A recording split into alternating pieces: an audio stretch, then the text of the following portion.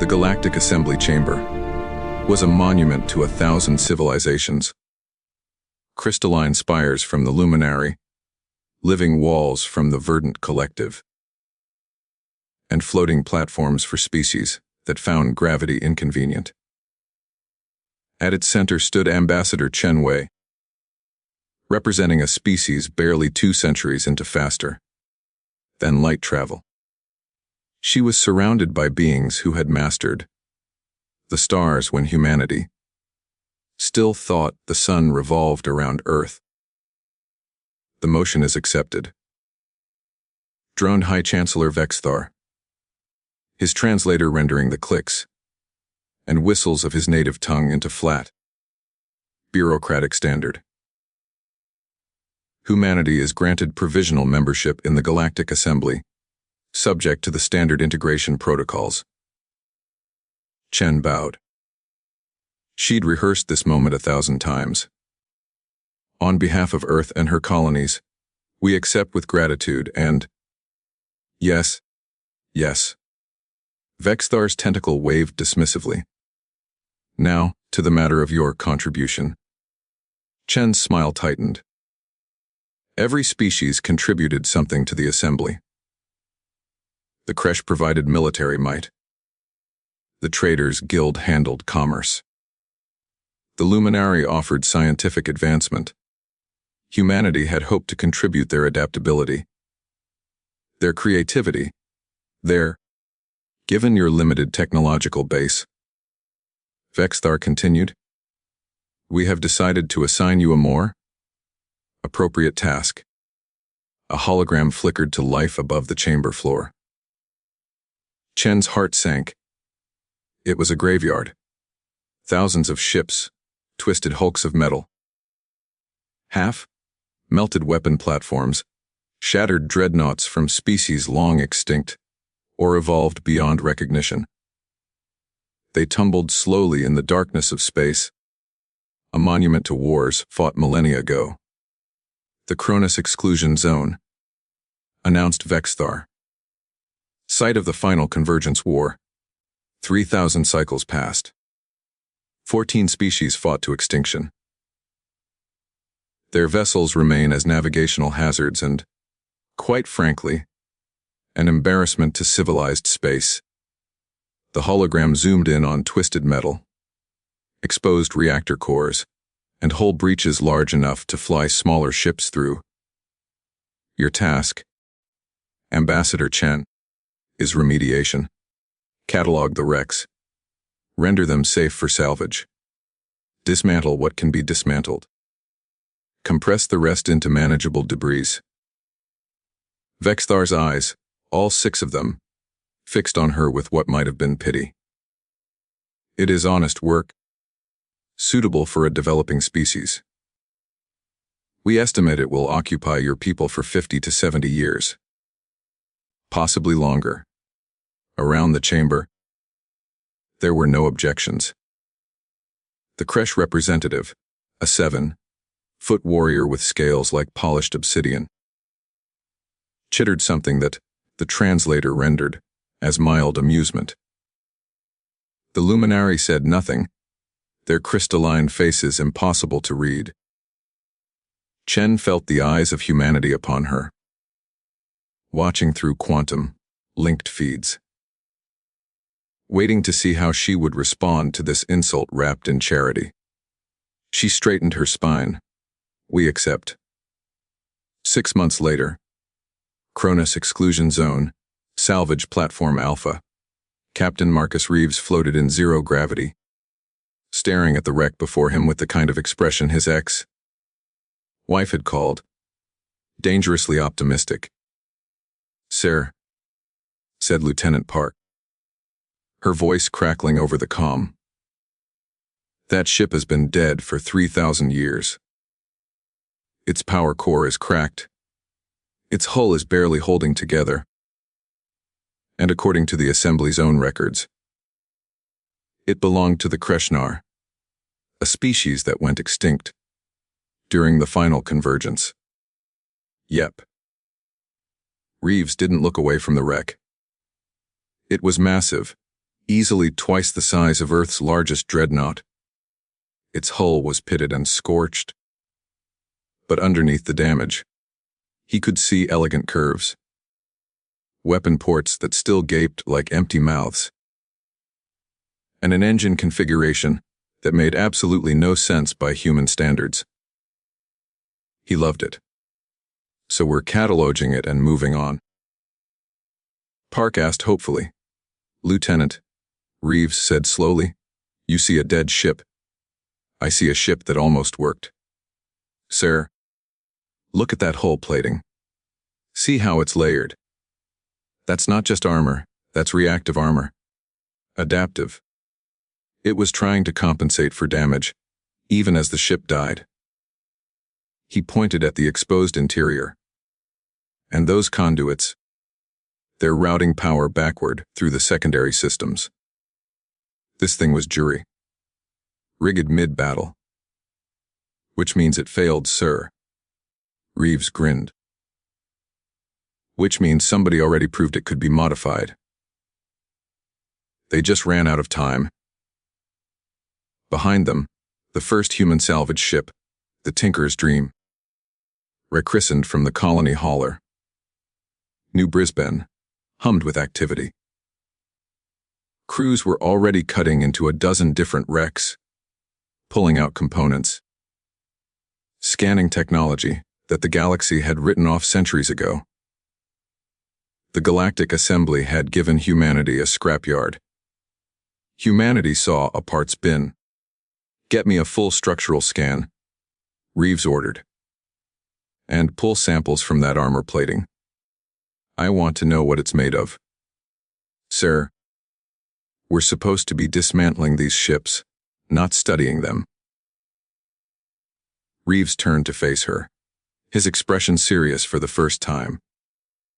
Lieutenant, do you know what every human who's ever fixed a car, patched a roof, or kept a machine running past its warranty has in common?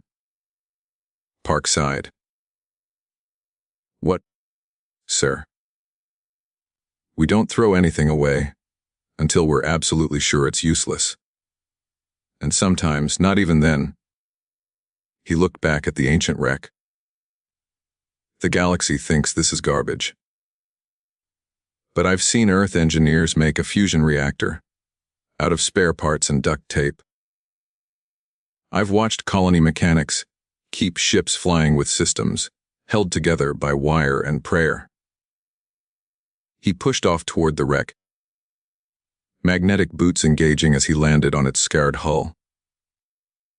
This isn't a scrapyard, Lieutenant. It's the galaxy's biggest hardware store. Park watched him disappear into the wreck's interior, then keyed her comm to the Tinker's Dream. Control. This is Park. Captain Reeves is doing that thing again. The response was immediate and resigned. The I can fix it thing. Yeah. Understood. Adding it to the log. Again. Across the Cronus exclusion zone, similar scenes played out on 30 human salvage platforms. Engineers who had been told to dismantle found themselves fascinated. Techs who were supposed to compress wreckage into cubes started asking questions instead. Why did this power coupling fail? What if we bypassed this burnt-out node? Could we integrate this alien cooling system with our reactor design? The galaxy had given humanity busy work. Humanity did what it always did when handed limitations. They started taking things apart to see how they worked. And then they started wondering what would happen if they put them back together differently. 14 months later, Cronus Exclusion Zone. Command Vessel Prometheus, Admiral Sarah Okonkwo, reviewed the reports with growing concern, and, though she'd never admitted in official channels, intense curiosity. Let me make sure I understand, she said, looking at the assembled department heads. We were assigned to dismantle and compress 40,000 derelict vessels. Instead, we've dismantled 700 and used their components too. What exactly? Chief Engineer Robert Alvarez pulled up a holographic display. We've been conducting compatibility studies, Admiral. Compatibility studies. Yes, ma'am. Testing whether alien technologies can interface with human systems and with each other. That's not our mission. With respect, Admiral, our mission is to make the exclusion zone safe for navigation. We determined that understanding these vessels was essential to dismantling them safely. Okonkwo knew a bureaucratic excuse when she heard one. She'd written enough of them herself. Show me. The hologram shifted, displaying a hybrid assembly that looked like something from a fever dream. Human hull plating welded to Kreshnar adaptive armor. A verdant bio reactor connected to human power conduits through a series of improvised interfaces. Weapon systems from 3 different extinct species, all routing through a central targeting system that hadn't existed in any of the original designs. What am I looking at? Proof of concept, ma'am. We've successfully integrated 14 different alien technologies into a single functional platform. It's not pretty, but it works. Works how? Alvarez smiled. The adaptive armor reduces kinetic impact by 47%. The bio reactor produces 30% more power than our standard fusion cores while running cooler. And the weapons. He paused dramatically. The weapons are interesting. Define interesting. The Kreshnar used plasma-based systems. The Warship used kinetic accelerators. The Luminary's ancient ancestors used something we're calling a coherent light lances. Separately, they're outdated by modern standards. But we discovered that if you fire them in sequence, the plasma superheats the kinetic round, which then creates a channel of ionized particles that the light lance can. English, please. We made a bigger gun, Admiral. By accident. By combining systems that were never meant to work together. Okonkwo leaned back in her chair. The galactic assembly is going to lose their minds. Only if they find out, said Captain Reeves, who had been standing quietly in the corner.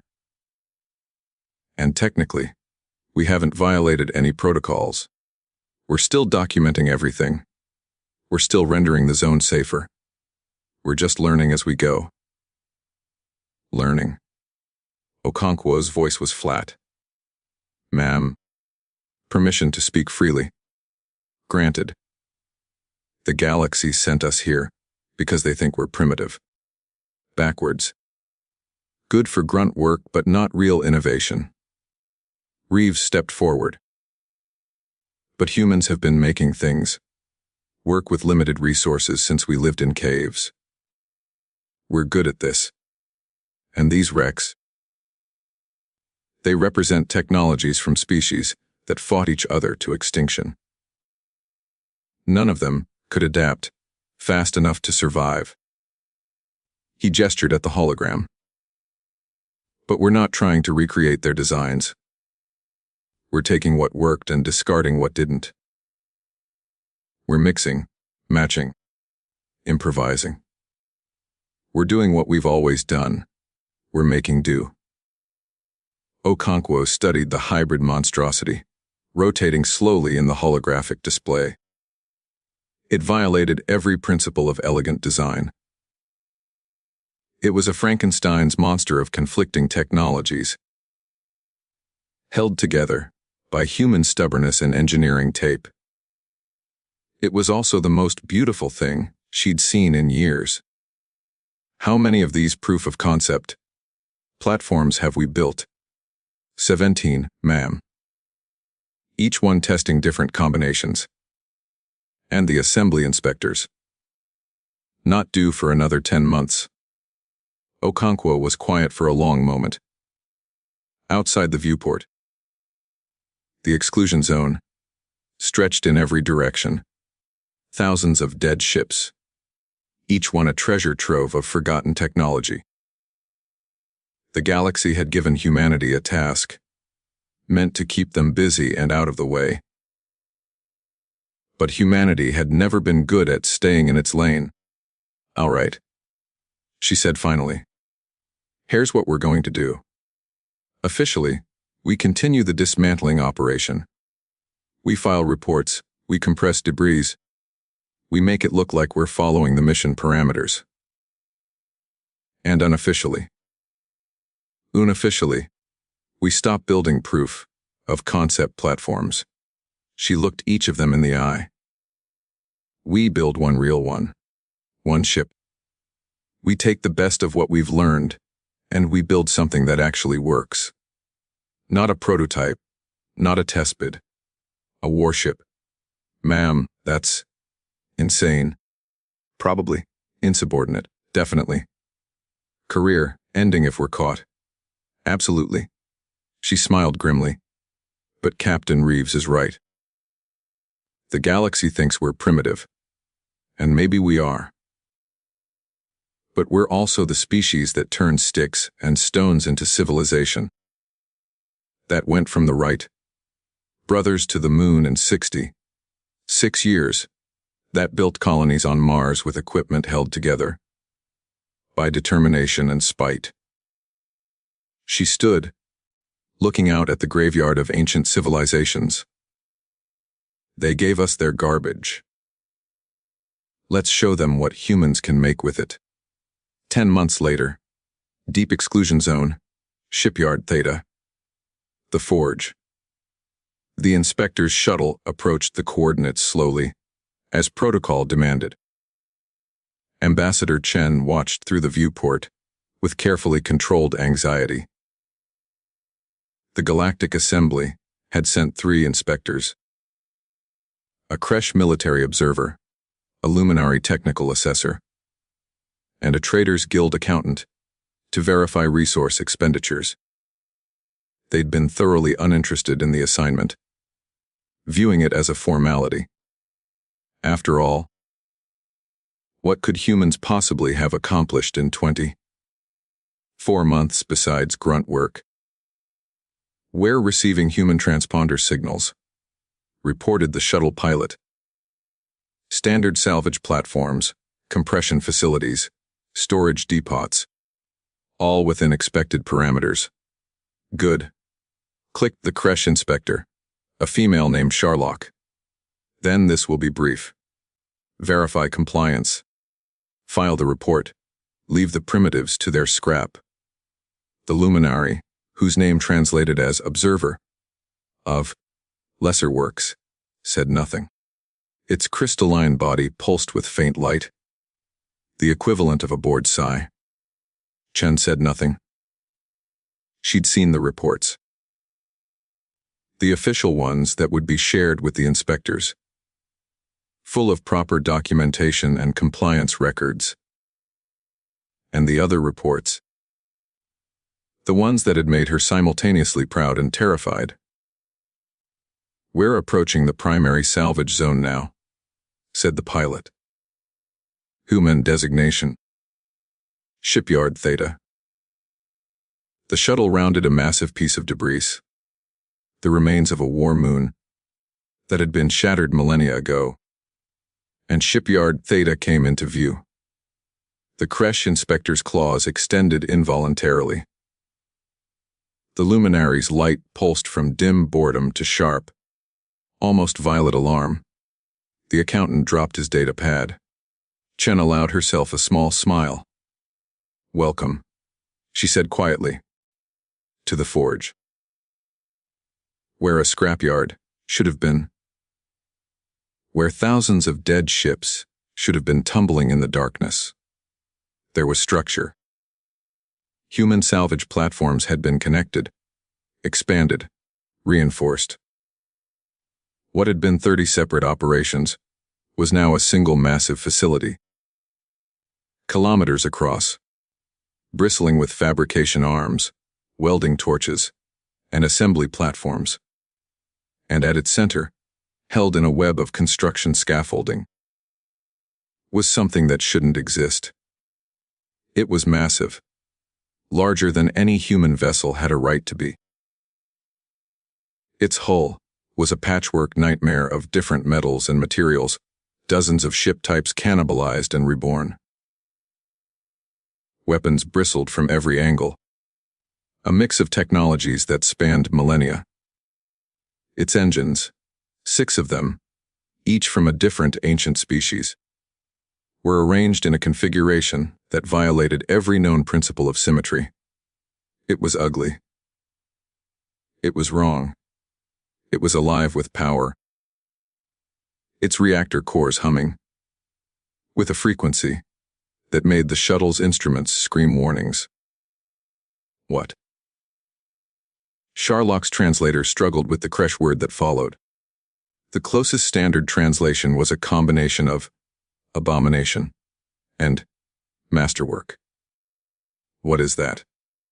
Admiral Okonkwo's voice crackled over the comm. Professional and cheerful. Inspectors, welcome to Shipyard Theta. What you're seeing is the UHSV Inevitable, humanity's first hybrid, class warship. Built entirely from salvaged materials per our assignment, using 0 new resources from Earth or the colonies. We've maintained full documentation of every component, as required. You were supposed to dismantle these ships. Sharlock's voice rose to a shriek. We did dismantle them, Okonkwo replied calmly. Then we reassembled the useful parts. The mission parameters said to render the exclusion zone safe for navigation, and to make use of salvaged materials as we saw fit. We saw fit to learn, and to build. The luminary finally spoke, its voice like crystal chimes. This should not function. These systems are incompatible. They are from different technological paradigms, different physical principles, different species that went extinct because they couldn't adapt. Okonkwo interrupted. We're aware. But humans have a saying. If it's stupid and it works, it isn't stupid.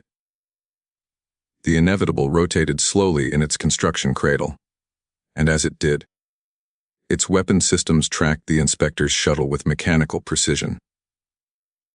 Not threatening, just observing. Aware. You will shut it down immediately, Sharlock demanded. This is a violation of what? Chen's voice was silk over steel. The assembly gave us a task. We completed it. We were told to handle the scrapyard. We handled it. You gave us garbage and expected us to spend decades picking through it like grateful children. She stood, moving to the viewport, her reflection overlaying the massive hybrid warship behind her.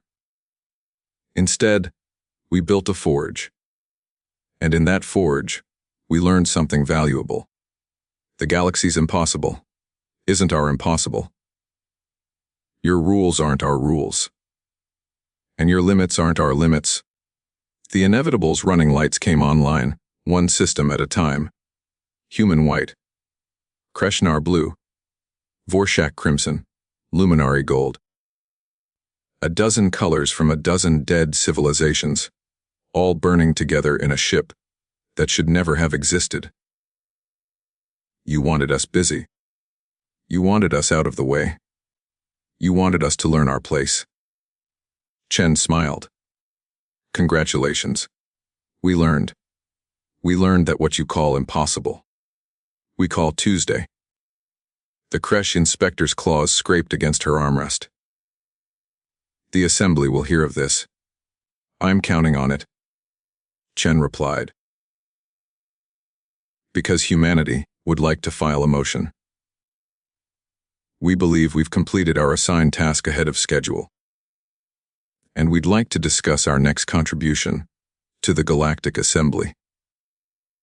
On the view screen, the inevitable fully powered up, its hybrid reactor singing with the combined power of extinct empires rebuilt through human ingenuity. After all, Chen said softly, we have a lot more scrap to work with, and we're just getting started. 3 weeks later, Galactic Assembly Emergency Session, Tribunal Station. Neutral space. The emergency session had been called with unprecedented speed. High Chancellor Vexthar's tentacles coiled and uncoiled with agitation as the assembly chamber, filled with representatives from 200 species, all demanding answers. Order. Vexthar's voice boomed through the translator network. We will have order. The chamber quieted, but the tension remained. On the central display, the inevitable rotated slowly, a damning piece of evidence that had spread through galactic networks like wildfire. Ambassador Chen stood in the human delegation pod, flanked by Admiral Okonkwo and Captain Reeves. She kept her expression neutral, but internally she was calculating odds. This could go very badly, or very, very well. Ambassador Chen. Vexthar began, his tone frigid. You stand accused of violating the spirit of your assignment, of militaristic overreach, and of reckless disregard for established technological protocols. The Kresh Dominion has formally protested your actions. The Luminary Collective has expressed concerns. How do you answer these charges? Chen stepped forward. With respect, High Chancellor, I answer them by asking a question. What rule did we break? A ripple of clicks, chimes, and translated murmurs filled the chamber. You were assigned remediation duties, not military construction. This from War. Prime Kresh Talk, the Kresh Dominion's military representative. His scales gleamed like black diamonds, and his claws left grooves in his podium. You have built a warship from technologies you do not understand, creating a potential hazard to all civilized space. We built a vessel from salvaged materials, as authorized. Chen replied calmly. We documented every component, as required. We rendered the exclusion zone significantly safer. Debris reduction is ahead of schedule by 18 months. And as for understanding the technology, she gestured, and Admiral Okonkwo stepped forward, pulling up a holographic technical schematic. We understand it perfectly, Okonkwo said. Better than the original manufacturers in some cases. The Kreshnar adaptive armor failed because it couldn't redistribute impact force efficiently. We fixed that by adding a secondary gel layer system. The Warship kinetic accelerators overheated after sustained fire. We solved that with a verdant bio cooling integration. The luminary light lances required exotic matter to function. We substituted a magnetic confinement system that uses conventional materials. She cycled through dozens of schematics, each one showing human modifications to ancient alien technology. Every system that failed these civilizations in the final convergence. War has been analyzed, understood, and improved. Not because we're smarter than they were, but because we came at the problem without preconceptions. We didn't know what was impossible, so we tried everything. Reckless experimentation. War. Prime Kresh Talk slammed a claw down. You could have triggered reactor cascades, dimensional rifts, or worse. We did trigger all of those things. Captain Reeves interjected cheerfully. 17 times. Lost 3 salvage platforms and a construction drone. Learned from each failure, adjusted our approach, and tried again. That's called science.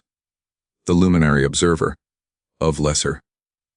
Work spoke, its crystalline voice cutting through the commotion. You claim to understand technologies that took these species millennia to develop. You claim to have surpassed them in mere months. This is hubris. No, Chen said quietly. It's perspective. Every species in this chamber has a specialty. The Kresh have military discipline. The Luminary have theoretical science. The Verdant have bioengineering. You've each perfected your own approaches over millions of years. She paused, letting that sink in. But humans. Our specialty is making things work when they shouldn't. We spent our entire history with inadequate resources, hostile environments, and technology that was never quite good enough. So we learned to adapt, to improvise, to take something broken and make it function. That's not a species trait. That's a survival skill we earned through 10,000 years of refusing to give up. She looked directly at Vexthar. You gave us a scrapyard because you thought we weren't advanced enough for anything else.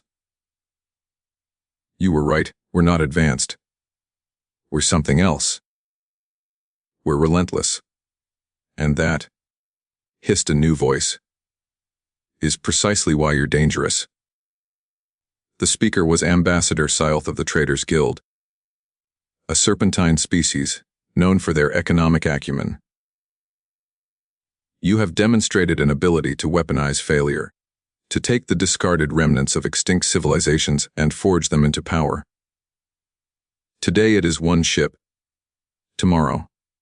Tomorrow? Chen said evenly. We continue our assignment. The Cronus exclusion zone contains 39,000 more wrecks. If the Assembly wishes us to continue our work, we will. If the Assembly wishes us to stop, we will comply. But the inevitable exists. It functions. And it represents a fundamental truth that this Assembly must acknowledge. And what truth is that? Vexthar asked. Chen smiled. That humanity doesn't need permission to be powerful. We just need scraps and time. Private chamber. 1 hour later. High Chancellor Vexthar's private office was a study in calculated intimidation. Crystalline walls that seemed to absorb sound. Furniture sized for beings much larger than humans, and a viewport showing the full military might of the Assembly's defense fleet. Chen stood unfazed. Okonkwo and Reeves flanked her. You've created a political nightmare, Vexthar said without preamble. The Kresh want the inevitable dismantled. The Luminary want humanity's access to advanced technology restricted. Half the Assembly is calling you dangerous. The other half. He paused, his tentacles rippling in what might have been admiration or disgust. The other half is terrified. Not of your ship, Ambassador. Of what it represents. You took the failures of 14 extinct species and made them succeed. You did in 4 months what the Assembly has written off as impossible for 3,000 years. And that's a bad thing. Okonkwo asked. It's a destabilizing thing. The balance of power in this Assembly has been stable for millennia. Species know their roles. Technology advances slowly, predictably. And then humans arrive, a species barely out of their own solar system. and start breaking rules we didn't even know we had. Vexthar moved to the viewport, his silhouette backlit by starlight. There's a question I must ask, and I need an honest answer. The inevitable, is it truly the only one? Chen and Okonkwo exchanged glances. Reeves said nothing, but his slight smile spoke volumes. Why built 17 proof of concept platforms? Chen said carefully. The inevitable is the first and only full-scale hybrid warship. The others are research platforms, testing different combinations of technology. Research platforms that could become weapons. High Chancellor. With respect, every research platform could become a weapon. Every tool can be turned to violence. The question isn't capability, it's intent. And what is humanity's intent? Chen stepped forward. To survive. To thrive. To prove we belong in this assembly, not as junior partners or charity cases, but as equals. You gave us scraps, because you didn't think we were ready for anything else. We took those scraps and built something remarkable. Not to threaten anyone, but to show what we're capable of.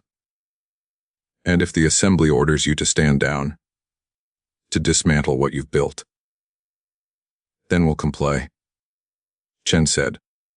But you should know, every human engineer, every technician, every crew member at the Cronus exclusion zone now knows that these impossible integrations work. You can dismantle the inevitable, but you can't dismantle what we've learned. That knowledge is already spreading through human space.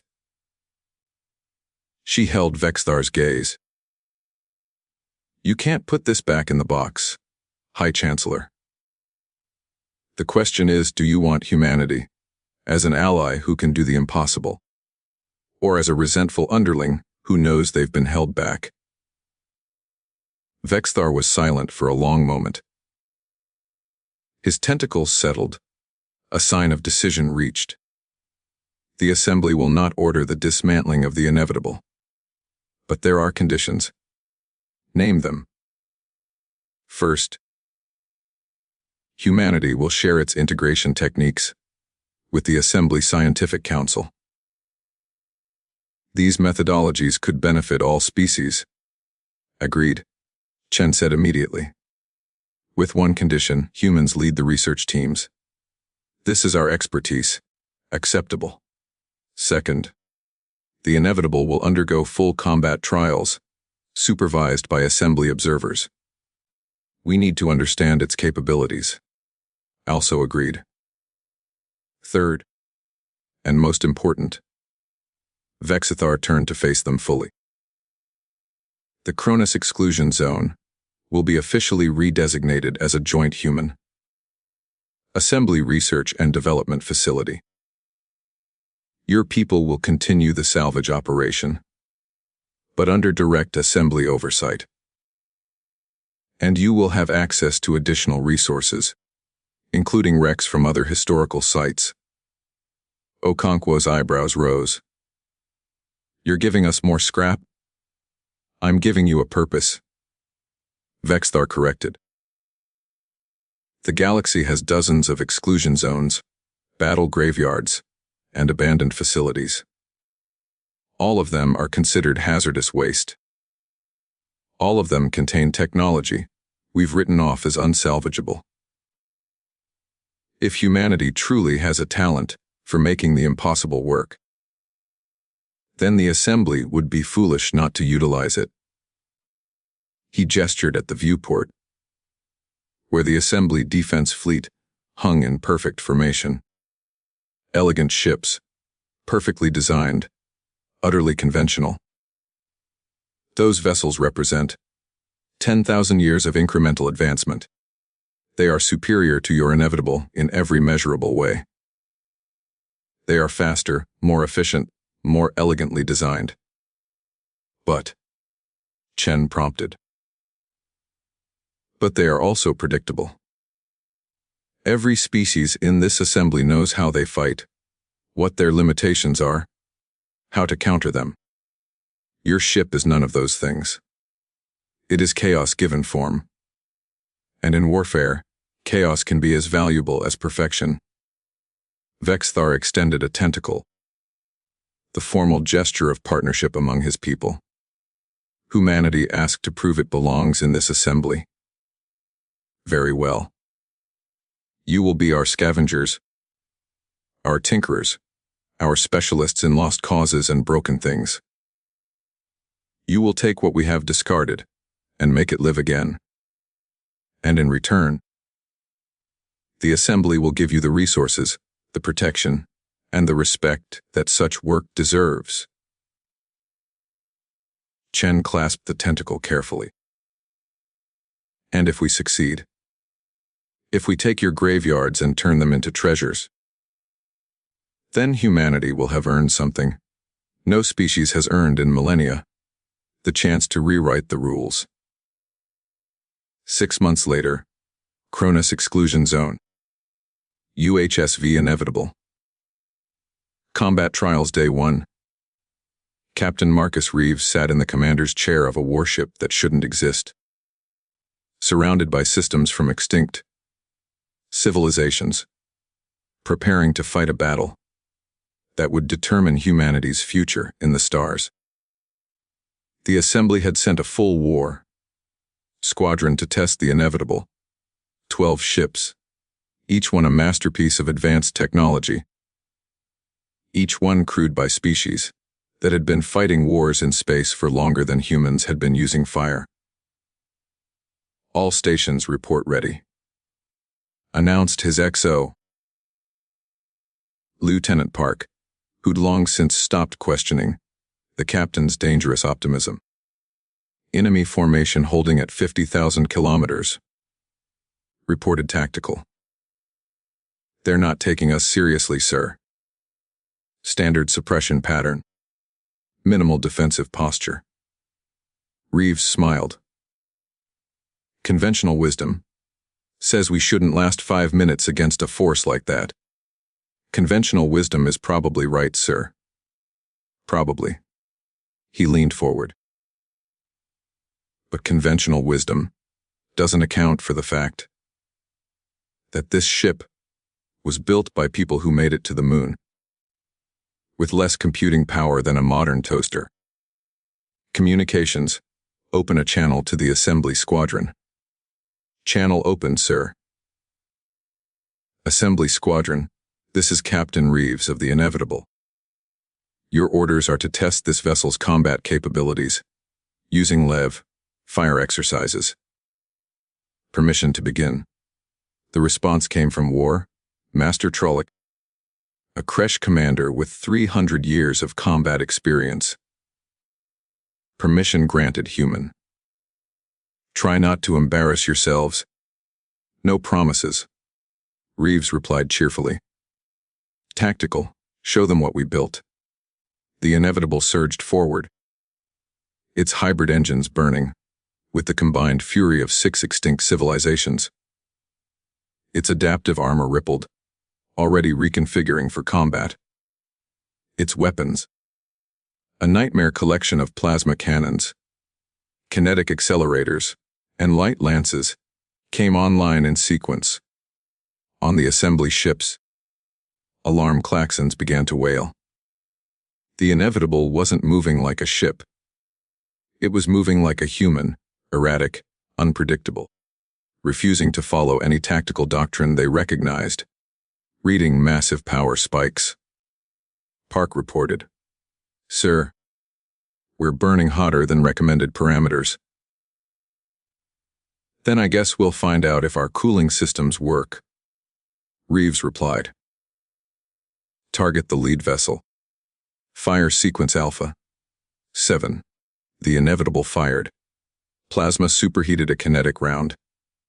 The round created an ionized channel.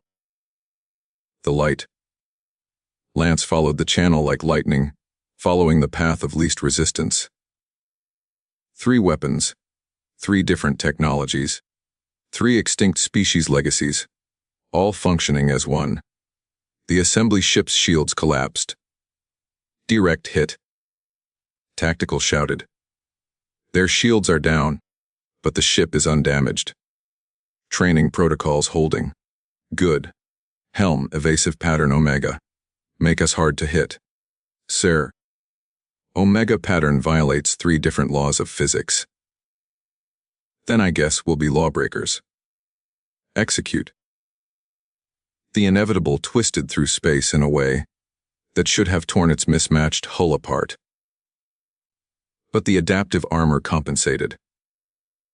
The inertial dampeners, stolen from a species that had lived in gas giants, absorbed the stress. The structural reinforcements, human-designed, naturally, held firm. For 15 minutes, the inevitable danced through space, dodging fire from 12 ships, landing hits that shouldn't have been possible, moving in patterns that violated every tactical manual in the galaxy. Finally, war. Master Trollocs' voice came over the comm, grudging respect bleeding through his translator. Cease fire. Exercise complete. Reeves leaned back in his chair. Damage report. Hull integrity at 93%. 2 minor system overloads, already compensated.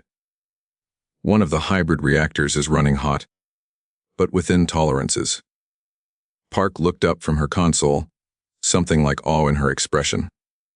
Sir, we just survived engagement with a full assembly, war squadron. We didn't just survive, Lieutenant.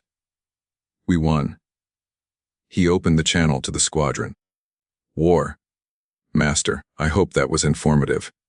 There was a long pause. When Trolloc finally responded, his voice carried an emotion that the Kresh rarely expressed uncertainty. Captain Reeves, what you have built should not function. It violates fundamental principles of naval architecture, of weapons integration, of basic physics. Yep. And yet it not only functions, it excels. It fights in ways we cannot predict, moves in patterns we cannot counter, integrates technologies we thought incompatible. Also, yep. Another pause. Humanity is either the luckiest species in the galaxy, or the most dangerous. Reeves grinned. War Master, I've got good news and bad news. The good news is we're not lucky. He looked around the bridge of his impossible ship, at a crew that had taken the galaxy's garbage and forged it into something magnificent, at systems that worked through sheer human stubbornness and creativity. The bad news is, we're just getting started. Epilogue, 2 years later. Galactic Assembly. Annual address.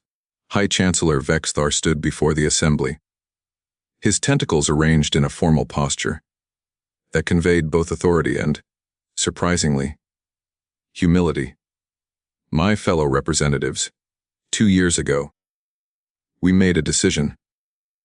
We assigned humanity, a young, primitive species, to clean up one of our oldest embarrassments. The Cronus exclusion zone was meant to keep them busy. To give them busy work, while the rest of us continued the important work of galactic governance. He paused, letting the silence build. Today, I must report that humanity has completed the remediation of Cronus exclusion zone. Ahead of schedule. Under budget. And with results that have fundamentally altered our understanding of technological integration, salvage operations, and adaptive engineering. The holographic display shifted, showing not 1 ship but 5. The inevitable had sisters now, each one unique, each one a testament to human ingenuity. Humanity has also completed preliminary surveys of 17 other exclusion zones and historical battle sites. They have identified technologies we believed lost forever. They have proposed recovery operations that we thought impossible. And they have asked for expanded authority to continue this work across assembly space. He looked directly at Ambassador Chen, who sat calmly in the human delegation pod.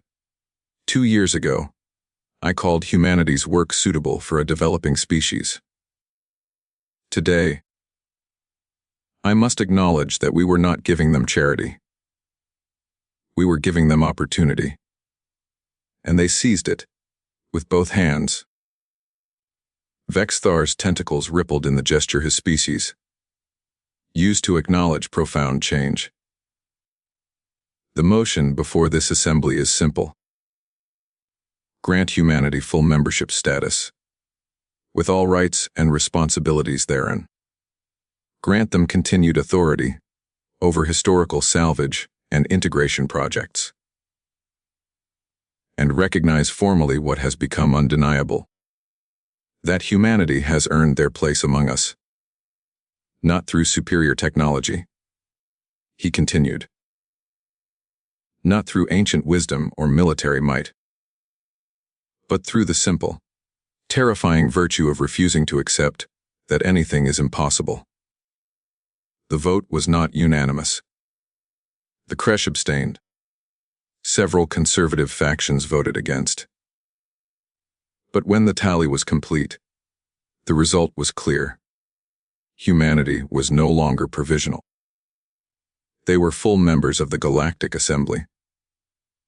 As the chamber erupted in various species equivalents of applause, protest, and discussion, Chen allowed herself a small smile.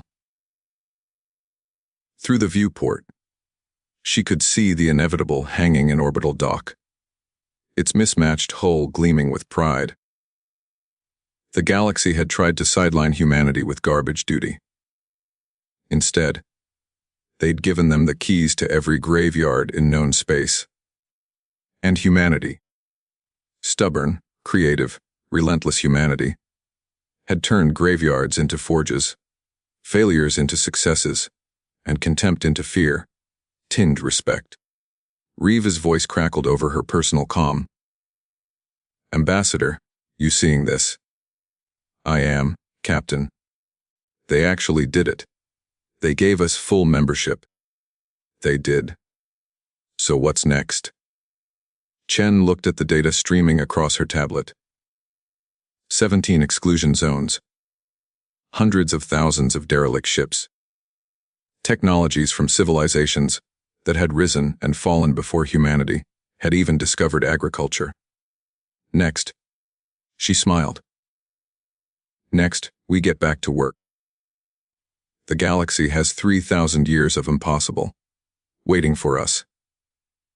And we've barely started. In the dock, the inevitable's running lights pulsed. A rainbow of colors from extinct empires, all burning together under human hands. The galaxy had given humanity scraps. Humanity had built a future. And they were only just beginning.